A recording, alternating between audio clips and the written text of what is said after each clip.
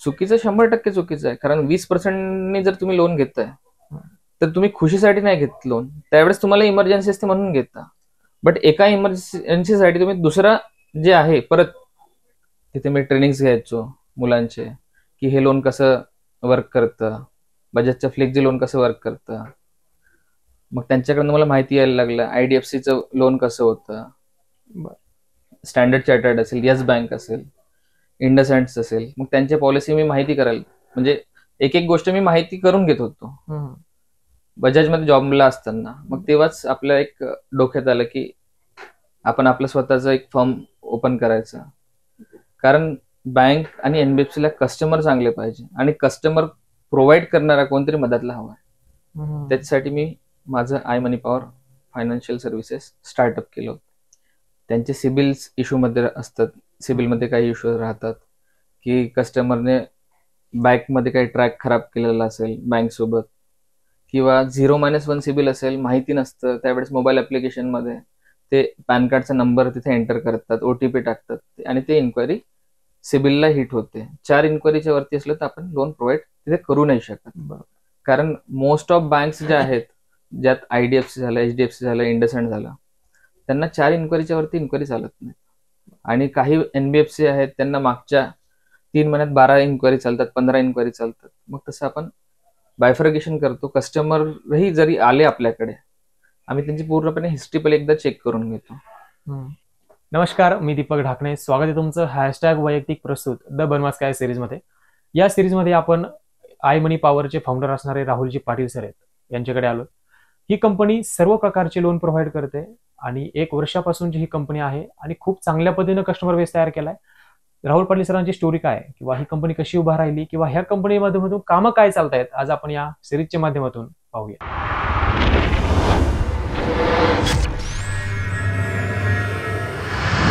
Sir, तुमचं hashtag वैयक्तिक प्रस्तुतच्या the बनवास काय या सिरीजमध्ये प्रथमतः मी स्वागत करतो. मनापासून तुमचं थँक्यू. नमस्कार सर. आज काय की आम्ही द बनवासकाच्या सिरीजमध्ये व्यावसायिक असतील किंवा इतर क्षेत्रातील लोक आहेत, अशा लोकांच्या जीवन प्रवास घेतो किंवा त्यांचा बिझनेस काय आहे, ही सिरीज त्यासाठी खरं तर म्हणजे त्या प्लेसला जायचं आणि त्यांचा जो काही प्रवास आहे किंवा जी जर्नी आहे ती आपण याच्यामधून घेतोय. आय मनी पॉवर जर म्हटलं तर याच्या माध्यमातून खूप सगळ्या प्रकारचे लोन तुम्ही प्रोव्हाइड करता. म्हणजे याची सुरुवात कशी झाली किंवा आतापर्यंत या टप्प्यापर्यंत कसे पोहोचलायत आपण पुढे पाहू. पण मी सुरुवात इथून करेल की कॉलेज जीवन असेल किंवा त्यानंतर मग व्यवसायामध्ये जे आलाय हा टप्पा कसा आहे. माझं शिक्षण 12वी पर्यंत शेगाव इथे झालं. आधीपासूनच बिझनेसमध्ये येण्याची आवड होती. मी स्टार्टिंगला माझी कॅन्टीन होती, नंतर एक मॅगी शॉप होता, मेस होती, वॉटर बॉटलची एक एजन्सी होती, ज्यात मी पूर्ण शेगावला वॉटरचं सप्लाय करत होतो, वॉटर बॉटल आणि पाऊचचं. त्यानंतर मग पुणे येणं जाणं चालू झालं. तर मग काही सर्टन गोष्टी घडल्या माझ्यासोबत की मी शेगाव सोडलं आणि पुण्यात आलो. आणि इथे आल्यानंतर मी 2 स्टार्टअप्स केले, त्याच्यात फेल झाल्यानंतर मग मी इंटरव्ह्यूज दिले. एक रिअल इस्टेटमध्ये इंटरव्ह्यू दिला होता हिंजेवाडीला, सेकंड इंटरव्ह्यू दिला होता बजाजला. दोन्ही सेम डे मध्ये दिले होते, बट बजाजला सिलेक्शन झालं आणि बजाजमध्ये ते जॉईन झालो. म्हणजे जेव्हा शेवगाव असल्यापासूनच तुम्ही बिझनेस मध्ये होता. बरोबर. ते बंद करण्याचं काय कारण. ते बंद करण्याचं कारण थोडेसे माझे पर्सनल इश्यूज होते, त्याच्यामुळे मला ते बंद करावं लागलं. त्यानंतर मग पुणे, तिकडनं इकडे आलो पुण्यात. त्याचं काय कारण. तेच सांगितलं मी तुम्हाला, माझे पर्सनल इश्यूज होते, त्याच्यामुळे मला इकडे यावं लागलं. इथे आल्यानंतर मी स्वतःची कंपनी स्टॅब्लिश केली, food fast India private limited म्हणून. ज्या कंपनीला मी माझं प्रोजेक्ट दिला होता त्यांचा पण स्टार्टअप होता, बट ते स्प्लिट झाले आणि त्यांनी ती कंपनी क्लोज केली. तर माझं तिथं मोबाईल ऍप्लिकेशन जे होतं फूड फास्ट इंडिया प्रायव्हेट लिमिटेडचं, ते तिथं क्लोज करावं लागलं. मग 2 कंपनीमध्ये तुम्ही नंतर जॉब केलात, नंतर आय मनी पॉवरचा उगम झाला किंवा ती स्थापना केली. बरोबर. आपण बजेटमध्ये जॉब केलात, त्यानंतर आपण या क्षेत्रामध्ये आलं पाहिजे किंवा हा बिझनेस केला पाहिजे. म्हणजे ऑलरेडी तुम्ही माझ्या माहितीप्रमाणे 4 बिझनेसमध्ये लॉस खाल्ला होता. बरोबर. मग यामध्ये आपण काम केलं पाहिजे, याच्या मागचे काय कारण. ऍक्च्युली जो रेव्हेन्यू आहे मला माहित होता, जिथे पैसा आहे तिथेच पैसा आपला निघेल. तर मग त्या कंडिशनमध्ये ज्यावेळेस मी बजाजला होतो, बजाजमध्ये D2C व्हर्टिकलला होतो, D2C व्हर्टिकलनं DSA व्हर्टिकलला आलो. त्याच्या आधी बजाजमधनं सोडल्यानंतर मी IDFC फर्स्टला लागलो. तिथं बँकेचा अनुभव आला की तिथे काय डॉक्युमेंट रिक्वायर्ड लागतात, NBFCला काय डॉक्युमेंट रिक्वायर्ड लागतात. देन नंतर मग परत मी बजाजला जॉईन झालो. बजाजमध्ये तिथनं 1 वर्ष जॉब केला, एक वर्ष जास्ती केला थोडासा. नंतर मग जेव्हा DSA व्हर्टिकलला आलो तेव्हा एक एक गोष्ट माहीत पडली आपल्याला की इथून पुढे कुठल्या बँकेचं लोन कसं होतं. ज्यावेळेस मी व्हिजिट्स करायचो अदर DSA मध्ये, त्यावेळेस प्रत्येकाची पॉलिसी माहिती करून घ्यायची एक आवड निर्माण झाली. देन तिथे मी ट्रेनिंग्स घ्यायचो मुलांचे की हे लोन कसं वर्क करतं, बजाजचं फ्लेक्झी लोन कसं वर्क करतं. मग त्यांच्याकडनं मला माहिती यायला लागलं IDFCचं लोन कसं होतं, स्टँडर्ड चार्टर्ड असेल, येस बँक असेल, इंडसइंड असेल. मग त्यांच्या पॉलिसी मी माहिती करायला, म्हणजे एक एक गोष्ट मी माहिती करून घेत होतो बजाजमध्ये जॉबला असताना. मग तेव्हाच आपल्या एक डोक्यात आलं की आपण आपलं स्वतःचं एक फर्म ओपन करायचं. कारण बँक आणि NBFCला कस्टमर चांगले पाहिजे आणि कस्टमर प्रोव्हाइड करणारा कोणतरी मदतला हवा आहे. त्याच्यासाठी मी माझं I money power financial services startup केलं होतं. बरं, या पद्धतीच्याच अजून काही फर्म असतीलही पहिल्या? 100% याची काय आयडिया होती का की आपण या पद्धतीने किंवा यांची असं कॉपी केलं पाहिजे किंवा यांच्याकडनं हे शिकलं पाहिजे? नाही, मी ज्यावेळेस व्हिजिट्स करायचो दुसऱ्या DSA मध्ये, त्यावेळेस मला छोट्या छोट्या गोष्टी तिथे कळत गेल्या की आपण काय चुका नाही केल्या पाहिजे, ते आजच्या कंडिशनमध्ये काय करतायत. इथं DSA व्हर्टिकलला सर्वात मेन म्हणजे फोकस राहतो तो डेटाचा. सर्वांची एकच रिक्वायरमेंट आहे, चांगले कस्टमर ज्यांचं सिबिल चांगलं आहे, जे चांगल्या कॉर्पोरेट कंपनीमध्ये वर्किंग आहेत किंवा मग गव्हर्नमेंट असतील, सेंट्रल गव्हर्नमेंट असतील, अशा कंपनीजमध्ये जिथे वर्किंग आहेत आणि त्यांचं सिबिल ओके आहे, असा डेटा कुठेतरी आपल्याला रिक्वायर्ड आहे. तर त्यावेळेस माझ्या लक्षात आलं की आपल्याला डेटा आपण अवेलेबल करू शकतो. तर तिथून मग हे सुरुवात झाली माझी. आता जर पाहिलं तर हे जे पाठीमागे सगळ्या ज्या लोन प्रोव्हाइड करतात सगळ्या कंपन्या आहेत किंवा चांगल्या एका लेवल चांगले ब्रँड आहेत, बरोबर, तर यांच्याशी कसं जोडलं गेलात तुम्ही? यांचे DSAचे कोड्स असतात, तर ते कोड्स काढले, मी एक्झाम्स दिल्या, त्याच्यात पास झालो, नंतर मग ह्या गोष्टी घडल्या माझ्यासोबत. आता जर पाहिलं तर कस्टमर म्हणजे आता जर पाहिलं तर खूप सारी लोक अशी आहेत त्यांना पैशाची आवश्यकता आहे. म्हणजे बऱ्यापैकी काही जरी करायचं म्हणलं तरी पैसा आवश्यक आहे. बऱ्यापैकी काही लोकांना लोन भेटत नाही, याची काय कारण आहे? त्यांचे सिबिल्स इश्यू मध्ये असतात. सिबिलमध्ये काही इश्यू राहतात की कस्टमरने बँकमध्ये काही ट्रॅक खराब केलेला असेल बँक सोबत, किंवा 0-1 सिबिल असेल, माहिती नसतं. त्यावेळेस मोबाईल ऍप्लिकेशनमध्ये ते पॅन कार्डचा नंबर तिथे एंटर करतात, OTP टाकतात आणि ते इन्क्वायरी सिबिलला हिट होते. 4 इन्क्वायरीच्या वरती असलं तर आपण लोन प्रोव्हाइड तिथे करू नाही शकत. कारण मोस्ट ऑफ बँक्स ज्या आहेत, ज्यात IDFC झालं, HDFC झालं, इंडसइंड झालं, त्यांना 4 इन्क्वायरीच्या वरती इन्क्वायरी चालत नाही. आणि काही NBFC आहेत त्यांना मागच्या 3 महिन्यात 12 इन्क्वायरी चालतात, 15 इन्क्वायरी चालतात. मग तसं आपण बायफर्गेशन करतो. कस्टमरही जरी आले आपल्याकडे, आम्ही त्यांची पूर्णपणे हिस्ट्री पहिले एकदा चेक करून घेतो. बँकर्सला हे माहित नाही राहत, म्हणजे बँकर फक्त एक त्याच्या बँक पुरतं विचार करतो. आम्ही कस्टमरच्या हिशोबाने विचार करून तिथे कस्टमरची प्रोफाईल चेक केल्यानंतर तिथे फाईल लॉग इन करतो. हा आमच्यातला आणि बँकर मधला फरक आहे. आता मला डायरेक्टली एखाद्या ब्रँडकडे, एखाद्या बँकेकडे जाईल, मी डायरेक्टली मी बँकेकडे गेलो किंवा तुमच्याकडे आलो, दोन मधला फरक काय? म्हणजे जर माझी फाईल जर रिजेक्ट मारली बँकेने, तर तुम्ही कशा पद्धतीने ती लॉग इन करता? आता समजा तुम्ही एक कस्टमर आहात, बरोबर आहे, तुम्ही HDFC कडे गेलात, तुमची सॅलरी आहे 25 बिलो, तिथे ते क्रायटेरियातच बसत नाही फाईल. तुम्ही फाईल पाठवली, फाईल लॉग इन केली, ऑनलाईन लॉग इन करा किंवा ऑफलाईन लॉग इन करा. लॉग इन केल्यानंतर तिकडनं काही रिस्पॉन्सच नाही आला तुम्हाला. त्याच गोष्टी आता आम्हाला माहित आहेत. आमच्याकडे टोटल 36 ऑप्शन्स आहेत बँक्समध्ये आणि NBFC मध्ये 8 ऑप्शन्स आहेत. तर आमच्याकडे आम्हाला एक्झॅक्टली माहित आहे की 10,000 सॅलरी कुठे चालते, 15,000 सॅलरी कुठे चालते, 18 कुठे चालते.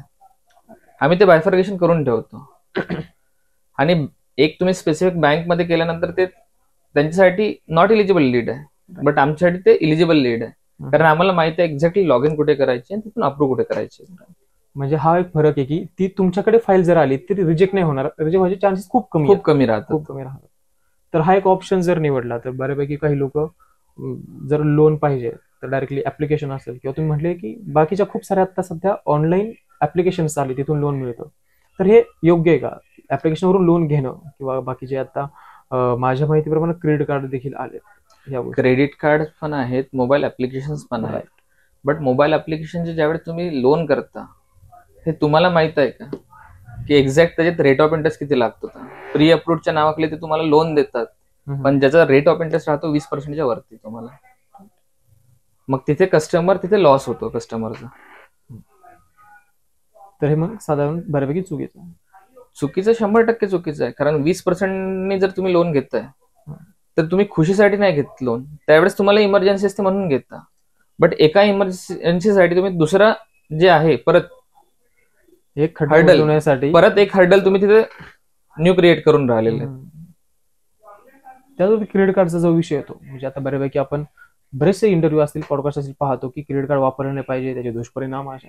त्याच्याबद्दल तुमचं काय मत आहे? क्रेडिट कार्डचं कसं असतं, क्रेडिट कार्ड ज्यावेळेस तुम्ही यूज करता एक सर्टन लेवल पर्यंत ठीक आहे, बट 70% यूज झाल्यानंतर तुम्ही ज्यावेळेस 100% पर्यंत जाता त्यावेळेस क्रेडिट कार्डचं जे रेट ऑफ इंटरेस्ट आहे हे 26%च्या अबोव लागतं कस्टमरला, आणि ते परवडत नाही. तुम्ही तेच जर पर्सनल लोन घेतलं तर तुम्हाला 1 लाखाला जो ईएमआय येतो हा नियर अबाउट 2200 ते 2500च्या मदत येतो. आणि बँक ज्यावेळेस कॅल्क्युलेशन करते तुमचं क्रेडिट कार्डचं 1 लाख रुपये जर आउटस्टँडिंग असेल तर तिथे बँक डिरेक्टली 5,000चं ऑब्लिगेशन कन्सिडर होतं. 5,000 तुम्ही 2 लाख रुपयासाठी एलिजिबल होता डिरेक्टली. क्रेडिट कार्डचे फायदे काय वाटतात? क्रेडिट कार्डचे फायदे आहेतच. फायदे काय? क्रेडिट कार्डचे फायदे आहेतच. क्रेडिट कार्ड जर तुम्ही इंटरनॅशनल एअरपोर्टवरती जेव्हा जाता त्यावेळेस तिथं तुम्हाला 1 रुपये किंवा 11 रुपयात फूड भेटतं. हे क्रेडिट कार्डचे फायदे आहेत. ज्यावेळेस एअरपोर्टला जातं त्यावेळेस, ज्यावेळेस आपल्याकडे फंड नसतो आणि तुमचं सिबिल डाऊन झालेलं असतं त्यावेळेस एफडी अगेन्स्ट क्रेडिट कार्ड जर केलं तुम्ही तर तुम्हाला त्याच्यात सिबिल स्कोर लास्ट 4 मंथ मध्ये जर तुम्हाला इन्क्रीज करायचं आहे फ्युचरमध्ये, आता बरोबर आहे, लास्ट 4 मंथ मध्ये तुम्ही कंटिन्यू यूज केलं क्रेडिट कार्ड तर नियर अबाउट 50% म्हणजे 50 पॉईंट्स तुमचा तिथे सिबिल स्कोर इन्क्रीज होतो. असे देखील क्रेडिट कार्डचे फायदे. हो. त्याचबरोबर आपल्या माध्यमातून काय काय कामं होतात किंवा कशा पद्धतीने कामं केले जातात? आम्ही पर्सनल लोन पण देतो, आम्ही एज्युकेशन लोन पण देतो. ते इंडियातला स्टुडंट राहू द्या की NRI स्टुडंट राहू द्या, ज्यात स्टुडंटमध्ये अमेरिकेत जायचं असेल, USA मध्ये जायचं असेल तर आम्ही टोटल 36 कंट्रीसाठी लोन करतो आणि 182 युनिव्हर्सिटीसाठी, ज्यात स्टुडंटला आम्ही 10 लाख रुपयापासून फंडिंग प्रोव्हाइड करतो तर 75 lakhs पर्यंत. सर तुम्ही एज्युकेशन लोन बद्दल जे सांगितलं, म्हणजे एज्युकेशन लोनची कशा पद्धतीने प्रोसेस असते बऱ्यापैकी, की ती लोन देण्यापासून असेल किंवा परत रिटर्न कव्हर करण्याबद्दलची असेल? एज्युकेशन लोन मध्ये कसं असतं, एक स्टुडंट आहे, स्टुडंट इंडियात असला तर तो आपल्याला त्याचं डिग्री कुठली करायची आहे तर त्याच्याबद्दल आपल्याला कॉलेजमधून एक लेटर देईल, आपण त्याच्या बेसिसवरती त्याला आपण लोन प्रोव्हाइड करतो. ठीक आहे. तेच कस्टमर म्हणजे स्टुडंट जो आहे अब्रॉडला गेला, अब्रॉडला जायचं त्याला पहिले GRE ची एक्झाम क्रॅक करावी लागते. GRE ची एक्झाम क्रॅक केल्यानंतर त्याचं स्कोर कार्ड निघतो, स्कोर कार्डच्या बेसिसवरती आणि त्याचं जे बॅकग्राऊंड आहे त्याच्या बेसिसवरती त्याला लोन अप्रूव्ह होतं. तो कुठल्या कोर्सला चाललाय तिथे तिथलं त्याचं सर्टिफिकेट लागेल आपल्याला. देन लोन अप्रूव्ह झाल्यानंतर नियर अबाउट 38 days पर्यंत त्या लोन अमाऊंट मधून तुम्ही 1 रुपया पण खर्च करू शकत नाही. तो जर खर्च केला तर डिरेक्टली तुमचा विजा कॅन्सल होतो तिथे. बरं, याची काय कारण म्हणजे विजा कॅन्सल होण्याची काय कारण? ती अमाऊंट तुम्हाला रिक्वायर्ड आहे मेंटेन करायला लागते. त्याच्यामुळे की तुम्ही इन्स्टंटली लोन घेतला आणि त्यातनं खर्च करताय तर ते निगेटिव्ह पॉइंट्स मध्ये येतं. तुम्ही तिथे सर्वाइव्ह कसं करणार अदर कंट्रीमध्ये गेल्यानंतर? तुम्ही तर लोनच्या भरोश्यावरती चालले, असं नाही चालत. तर त्याच्यासाठी त्या गोष्टी मॅन्डेटरी आहेत.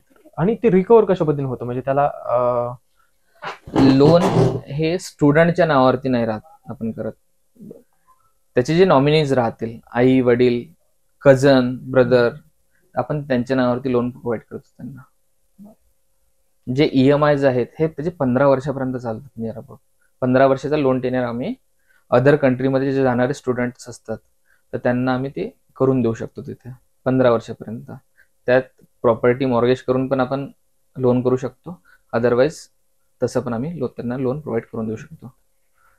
हे फायद्याचं आहे का? म्हणजे 100% फायद्याचं आहे. त्याचा 2 वर्षापर्यंत EMI लागत नाही स्टुडंटला. स्टुडंट आउट ऑफ कंट्री असेल तरीही, आउट ऑफ कंट्री असेल तरी लागत नाही ना.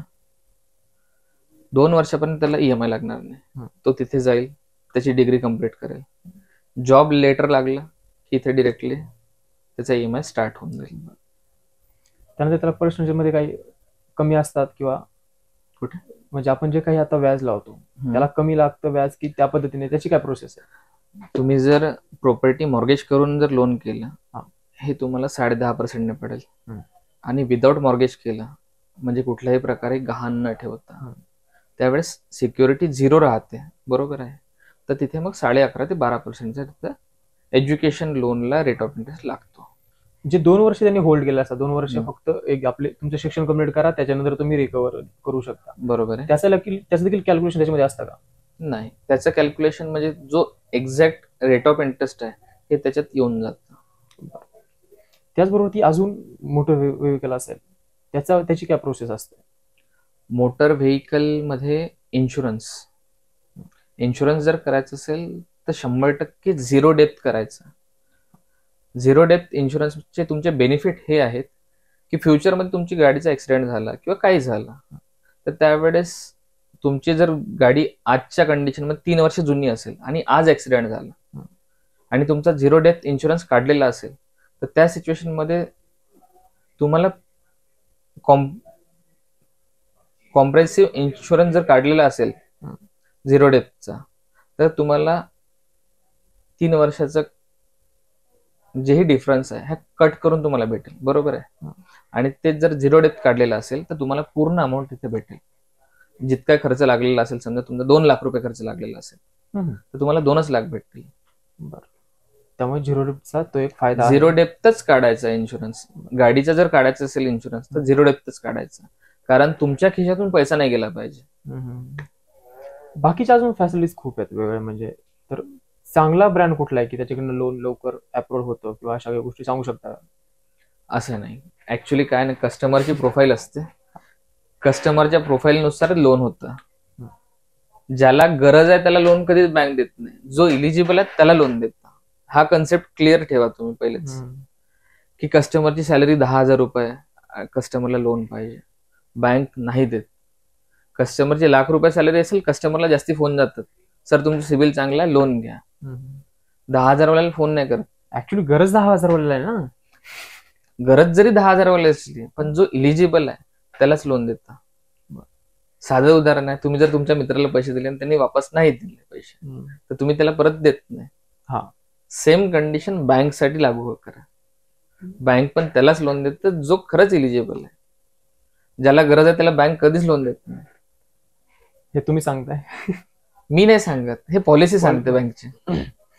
यानंतर एक परत विषय असेल की बऱ्यापैकी अजून काही बाकीच्या गोष्टी आहेत फायनान्स मधल्या ज्या तुम्ही आज सांगू शकता आजच्या याच्या माध्यमातून लोनच्या बद्दल. जर तुम्ही एक बिझनेस पर्सन असेल, तो एक माझा प्रश्न आहे, बिझनेस वाल्यांना एक लोन मिळत नाही, म्हणजे कुठल्या न्यू जे स्टार्टअप आहेत, न्यू स्टार्टअप वाल्यांना फंडिंग मुद्रा लोन मध्ये करतात, बट ते खूप कमी होतं. त्याचं बॅकग्राऊंड तिथे बघितलं जातं, सगळ्या गोष्टी चेक करून तिथे फंडिंग होते.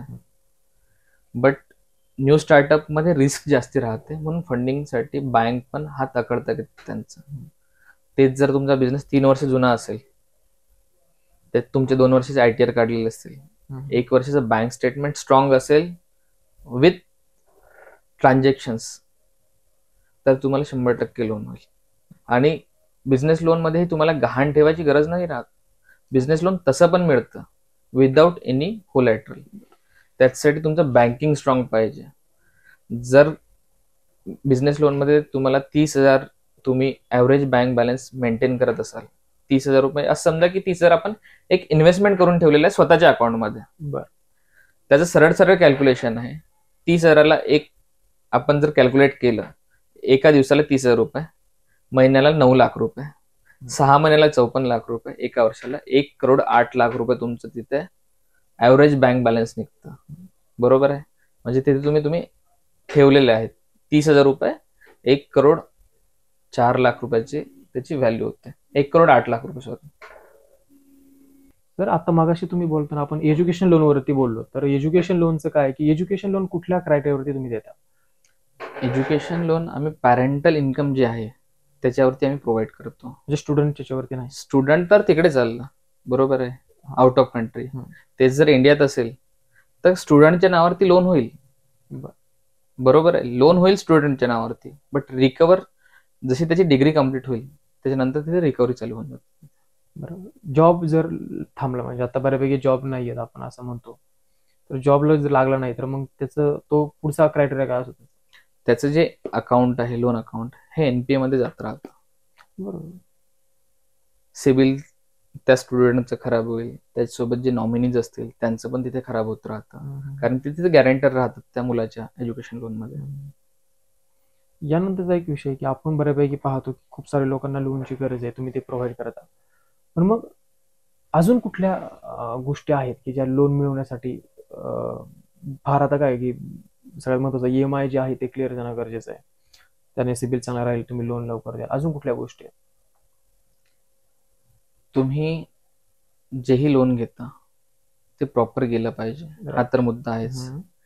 प्रॉपर गेल्यानंतर ज्या वेळेस तुमचे लोन क्लिअर होतात त्याच्या एनओसी घेतल्याच गेल्या पाहिजे. कधी कधी काय होतं, अनसर्टनली एखादा ईएमआय बाउन्स असतो तुमचा, त्याचे जे चार्जेस असतात हे तुमच्या सिबिलला शो करतात. तुम्हाला असं वाटतं की आपलं लोन कम्प्लीट झालंय, बट तुम्ही त्याची एनओसी घेतलेली नसते, त्याच्यामुळे पण तुमचा सिबिल इफेक्ट होतो. त्याच्यावरती पेनल्टी चार्जेस लागत राहतात. तुम्हाला माहित आहे की तुम्ही लोन क्लिअर केलंय, पण तुम्ही त्याची एनओसीच नाही घेतली. तुम्ही एखाद्या एजंटला पैसे देऊन दिले की जा बाबा भर माझे पैसे, त्यांनी भरले नाही. तुम्हाला ज्यावेळेस कॉल्स येतात, सर तुमचं पेंडिंग आहे अमाऊंट, त्यावेळेस तुम्हाला समजतं की सर आपलं तर अमाऊंट भरल्याच नाही गेलं, तरी इफेक्ट होतो, कारण ते कंटिन्युअसली लोन ओव्हरड्यू मध्ये चालतं. सगळ्यात कमी रेट ऑफ इंटरेस्ट कुठली कंपनी लावते? पर्सनल लोन मध्ये जर म्हटलं तर ते एचडीएफसी आहे. आत्ताच्या करंट सिच्युएशन मध्ये जसं की 5 एप्रिल 2024 पासून नियर अबाउट सगळ्याच प्रायव्हेट बँक्स, गव्हर्नमेंट बँक्सने त्यांचे रेट ऑफ इंटरेस्ट वाढवलेले आहेत. ते तर आरबीआयच्या गाईडलाईन्स नुसारच वाढवलेले आहेत. तिथे 10.75 minimum rate of interest HDFC देतं, 10.95 आयसीआयसी देतं, 10.75 इंडसइंड देतं. अशा वेगवेगळ्या बँकचा वेगवेगळ्या क्रायटेरिया आहे, त्यानुसार तिथे पण मिनिमम 10.75च्या खाली कोणी सध्या तरी फंडिंग करत नाही आहे. बाकीचे जर पाहिले, तुम्ही सगळ्या प्रकारची लोन तुम्ही करता, इन्शुरन्स पासून देखील तुम्ही त्या गोष्टी. बरोबर. आम्ही ऍक्सिडेंटल इन्शुरन्स करतो.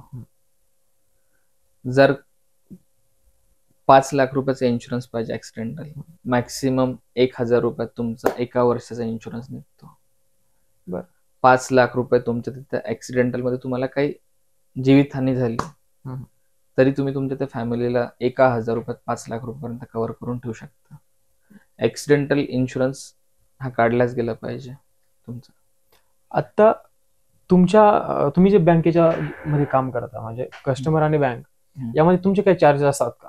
म्हणजे हा एक इन जनरल विचारला की नाही, जे आहे ते मी आत्ताच क्लिअर करून देतो. I money power financial services customer कडून कधीच 1 रुपया पण घेत नाही. जे आहे, जेही चार्जेस आहेत हे त्याच्या लोन अमाऊंट मधून डिरेक्टली बँक मायनस करते. जे ऑफिशियल चार्जेस आहेत जसं की प्रोसेसिंग फी, स्टॅम्प ड्युटी, हे त्याच्या लोन अमाऊंट मधून मायनस होतं. आणि कुठलाही ऍज अ डीएसए म्हणून जर कस्टमर कडनं चार्जेस घेत असेल तर अर्थच काय त्याच्यात? आम्ही तर सर्व्हिस प्रोव्हाइड करतोय ना, आणि आमची सर्व्हिस आम्हाला एक कस्टमर एक्स्ट्रा देईल. आम्ही जर पैसे घेतले कस्टमरकडून, कस्टमर कशाला आम्हाला कस्टमर देईल? आता बऱ्यापैकी काही बँका अशा आहेत की त्या डायरेक्टली आपल्या ऍप्लिकेशनवरून लोन अप्रूव्हल करतात. तो काय विषय? म्हणजे ऍक्सिस बँक झालं तर तुम्हाला 2 मिनिटांमध्ये लोन देते डायरेक्टली, असं काही आहे? ऍक्च्युली ते काही प्री अप्रूव्ड लोन्स असतात. तुम्ही तिथे सॅलरी होल्डर असाल किंवा तुमचा बिझनेसचा अकाउंट असेल, करंट अकाउंट, आणि चांगल्या प्रकारे जर तुमचं यूज असेल तिथे अकाउंटमध्ये, ऍव्हरेज बँक बॅलन्स म्हणा किंवा मग प्रोडक्ट कुठलं परचेस केलं असेल तरी तुम्हाला ऑफर होतात लोनसाठी. कारण बँक आणि एनबीएफसीला तुमचं सिबिल माहीत राहतं, म्हणूनच ते तुम्हाला ऑफर करतात. जर नसेल तर तुम्ही त्याचं प्रोसेस सगळं तुम्ही करता. कधी कधी काय कस्टमरला ऑफर राहते 1 लाख रुपयाची आणि नीड राहते 10 लाख रुपयाची, तर त्या सिच्युएशन मध्ये आम्ही वर्क करतो. तिथे कस्टमरचे आम्हाला पूर्ण डॉक्युमेंट लागतात. ज्यावेळेस 1 लाख रुपये लागतात प्री अप्रूव्ड मध्ये, बँक किंवा एनबीएफसी त्यांच्याकडनं फक्त आधार कार्ड पॅन कार्ड घेतं आणि ऍड्रेस प्रूफ घेतं. त्याच्या व्यतिरिक्त त्यांचं इन्कम प्रूफ घेत नाही प्री अप्रूव्ड मध्ये. तेच जर त्याला जास्ती अमाऊंट पाहिजे तर त्या सिच्युएशन मध्ये पूर्ण डॉक्युमेंट्स लागतात. मग तुम्ही ती फिजिकली फाईल टाकताय? हा, फिजिकलीच फाईल लॉग इन करावं लागतं. तशी तर काही बँक्स जे आहेत त्या फिजिकली लॉग इन होतात, काही बँक्स डायरेक्टली ऑनलाईन लॉग इन्स होतात. आणि कस्टमरला ओटीपी देण्याचा कन्सर्न असतो लॉग इनच्या वेळेस. ओटीपी कोणाला द्यायला पाहिजे? ऍक्च्युअली ज्यावेळेस आम्ही लॉग इन करतो बँक आणि एनबीएफसी मध्ये, तर बँक कडनंच ऑफिशियल त्यांच्या SMS साईट्स वरनं कस्टमरला SMS जातो. तोच ओटीपी आम्ही घेतो आणि तिथे एंटर करतो. त्याच वेळेस ते लॉग इन कम्प्लीट होते. तोपर्यंत कारण की कस्टमर तिथे कन्सर्न देतोय आम्हाला लॉग इन करण्यासाठी, त्या रिगार्डिंग आम्हाला ओटीपी लागतो. त्या व्यतिरिक्त मग तुम्ही आता आम्ही आमची प्रोसेस तिथे कम्प्लीट करून देतो. सर जर पाहिलं तर अजून बऱ्याच लोनचे प्रकार आहेत, तर ते कशा पद्धतीने त्याची प्रोसेस असते आणि ते अप्रुव्हल कशा पद्धतीने होते? आता असं समजून झालं की तुमचं एखादे डॉक्टर्स आहेत, बरोबर आहे, त्यांनी डिग्री आत्ताच कम्प्लीट केलेली आहे, त्यांच्या रजिस्ट्रेशनला 3 वर्ष झालेले आहेत, बरोबर आहे. रजिस्ट्रेशनला कम्प्लीट झाल्यानंतर त्यांना डिरेक्टली बँक किंवा एनबीएफसी ऑफर करते लोनसाठी. तर त्यांच्या फक्त ते डिग्री रजिस्ट्रेशनच्या बेसिसवरती त्यांना फंडिंग करतं.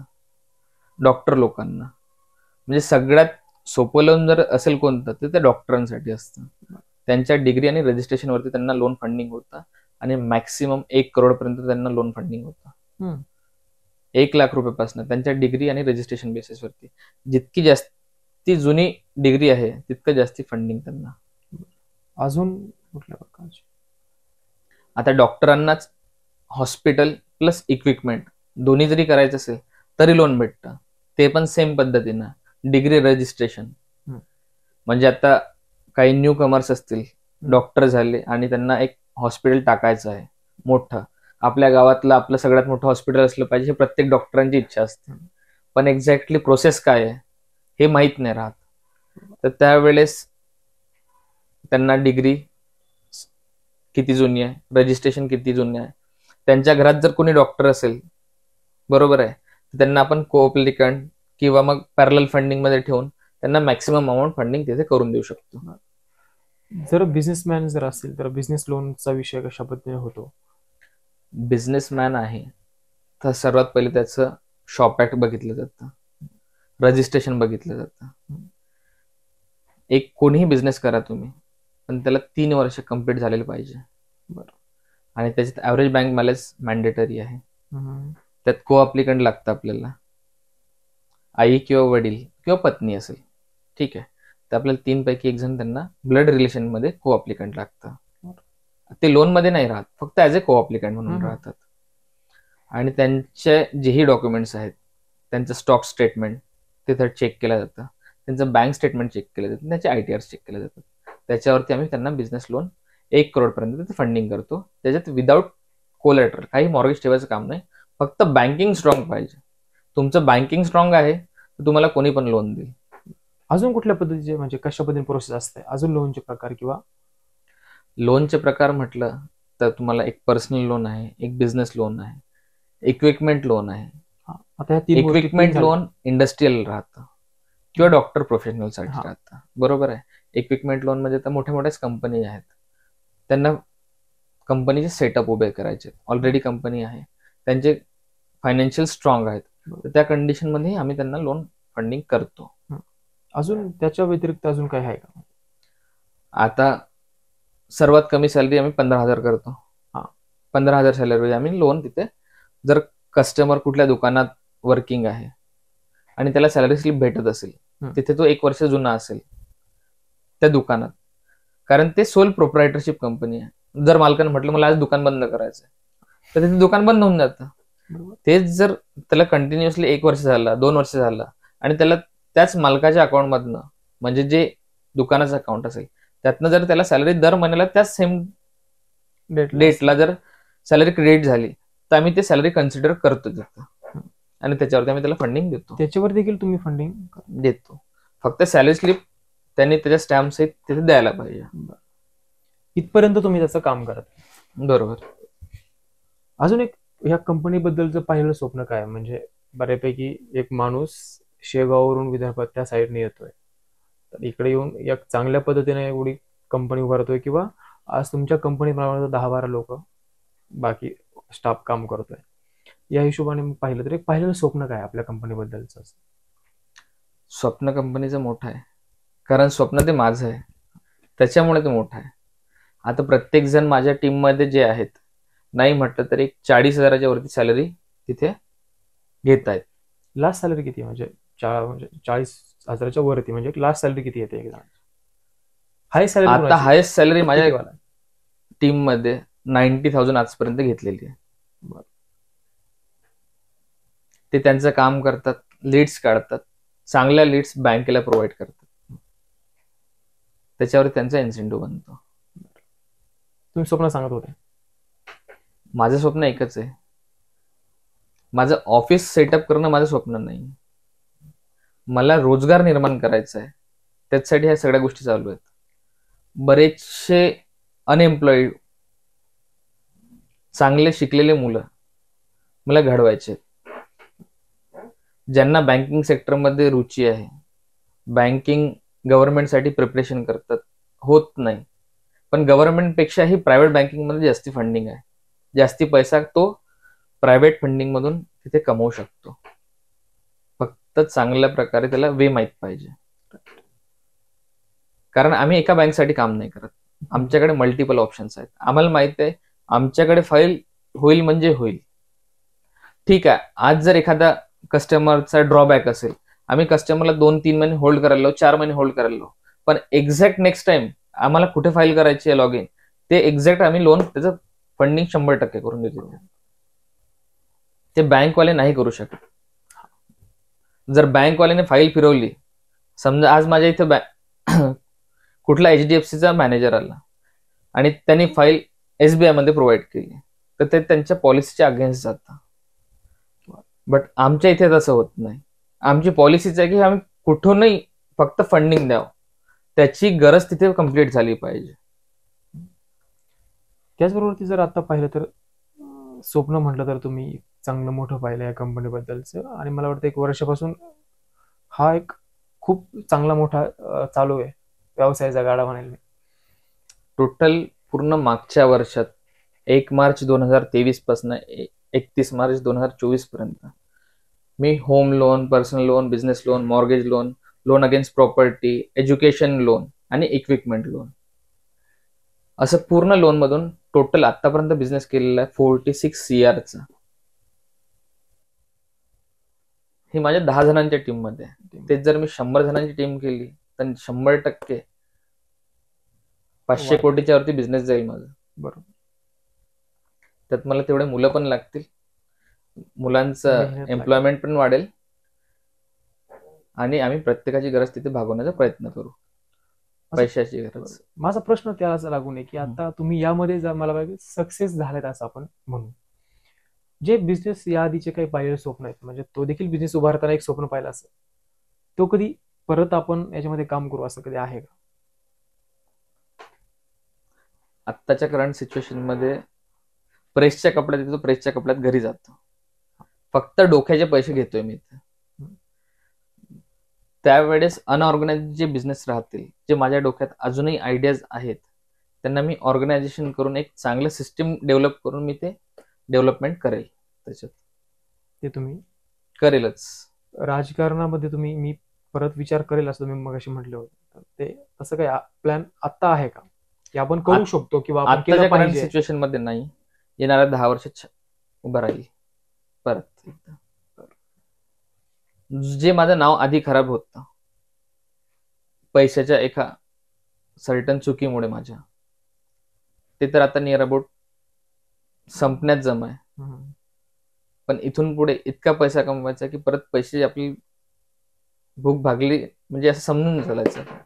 आपल्याला जास्ती नीड नाहीये, जेवढा आपल्याला बेसिक नीड्स आहेत तेवढ्या जरी गरजा भागल्या तरी मी सॅटिस्फाईड आहे. कारण पैसा मी काही वरती घेऊन जाणार नाही. आपले जे काही कस्टमर आहेत किंवा येणारी जी काही लोक आहेत तुमच्याकडे येणारी, या लोकांना काय सांगाल? माझा कस्टमर हा 100% माझ्याकडे रिटर्न येतो, कारण त्याला एकदा सर्व्हिस मिळाली तो परत रिटर्न येतो. कारण मी कधीच कस्टमर सोबत खोटं बोलून डील करत नाही क्लोज. आधीच सांगून देतो, सर हे चार्जेस लागतील. मी कस्टमरला हे म्हणत नाही सर काही हिडन आहे. जे आहेत चार्जेस हे तुम्ही मेलवरती चेक करा, मेलवरती तुम्हाला कन्फर्मेशन द्या. तुम्हाला जर काही कमी जास्ती वाटत असेल, जे आमचं लोन सँक्शन होण्याच्या पहिले चार्जेस बद्दल डिस्कशन झालेलं असेल, तेच जर त्यात काही अफरातफर असेल, कमी जास्ती असेल, तर लोन डिरेक्टली मी म्हणतो रिजेक्ट करून टाका, डिसबर्समेंट घेऊ नका. ही इथपर्यंत माझी कमिटमेंट राहते.